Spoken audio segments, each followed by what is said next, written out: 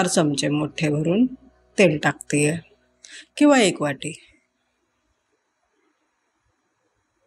आणि आता त्यामध्ये मी काय करते की मी 2 मोठे कांदे चिरून घेतलेत, बारीक करून घेतलेत, ते परतून घेते। लाल रंग येईपर्यंत परतून घ्यायचे। आता 3 ते 4 मी हिरव्या मिरच्या कट करून त्यामध्ये टाकल्यात, त्याही चांगल्या मिक्स करून घ्या। आता 2 मोठ्या साईजचे मी 2 टोमॅटो घेते आणि ते एकदम बारीक पीस करून मी त्यामध्ये मिक्स केलेत, ते चांगल्या प्रकारे आपण तेलामध्ये फ्राय करून घेऊयात।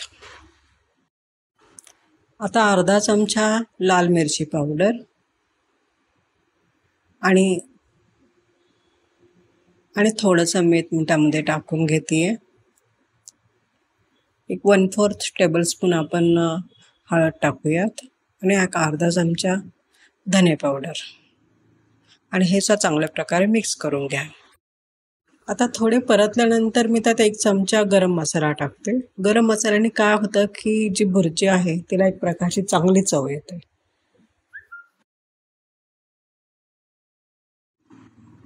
आता आपण त्यामध्ये काय करूया की जे अंडे आपण फोडून घेतलेत ते मी ह्याच्यामध्ये टाकते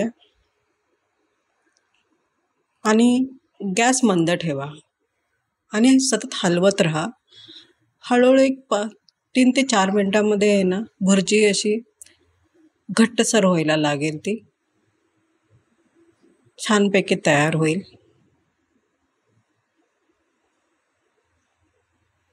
आता वरून आपण काय करूया, कोथिंबीर टाकूयात। कोथिंबीर टाकल्यानंतर 1-2 मिनिटं त्याला सतत हलवत राहा, म्हणजे भुर्जी पूर्णपणे मोकळी होऊन जाईल।